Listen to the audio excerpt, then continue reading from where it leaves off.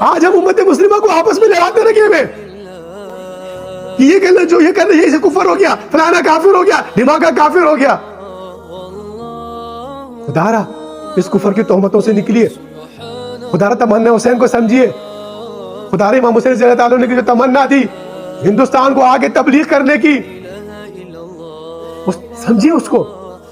ابلیس کو تو آپ حقارت سے دیکھتے ہیں نا، کہ اس نے ایک سجدہ نہیں کیا. جو سجدے میں جس نے شہید کیا، جس نے آپ کو شہید کرنے کا حکم دیا، جس کو اس سجدے میں امام حسین کی پورے آل کو شہید کیا. اللہ اکبر. معصوم علی اصغر کو شہید کیا جو پانی پینے کے لیے گیا تھا، لہو پیتا آیا. وہ ہم شکل رسول کو شہید کیا. بڑا دکھ ہوتا ہے برادران اسلام. ایک بات کرتے ہوئے میں سوشل میڈیا پر ایک چیز دیکھ رہا ہوں. میں درخواست حکومت سے، میں اپیل کرتا ہوں حکومت سے اس چیز کو بند کیا جائے.